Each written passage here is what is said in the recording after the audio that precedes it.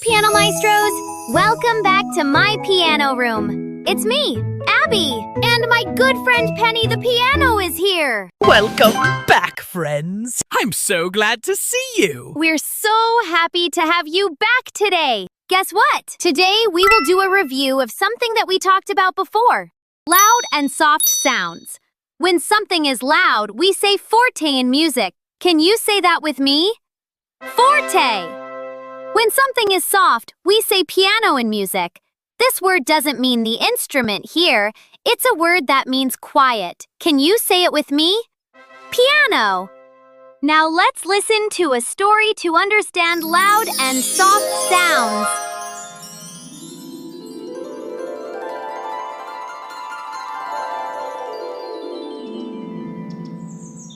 Once upon a time, in a wide, grassy meadow, there lived a tiny little mouse. The mouse loved to tiptoe through the grass, making the softest, quietest sounds. Step, step, step. So gentle, you could hardly hear him at all.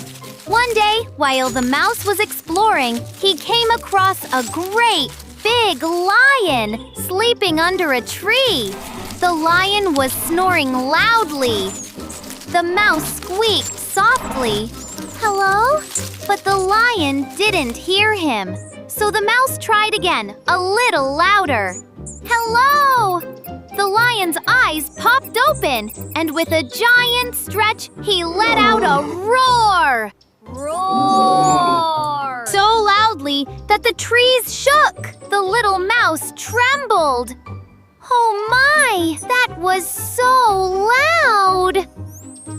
The lion laughed. Yes, I have a very big, loud voice. But what about you? You sound so soft.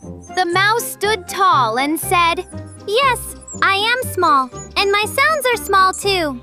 Listen to this." He tiptoed across the grass again. Step, step, step. Quiet and soft, like a whisper. The lion smiled. That's beautiful. And now, listen to me. The lion stomped his paws. Boom, boom, boom!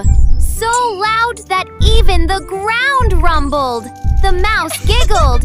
"You sound loud, like thunder. And I sound soft, like raindrops." The lion nodded. That means we are both very special. So remember, in music, if something sounds soft, the word we use is piano. And if something sounds loud, we use the word forte. So the mouse and the lion began to play together. The mouse squeaked softly, and the lion roared loudly. And do you know what they discovered? That they can work together to create loud and soft sounds at the same time.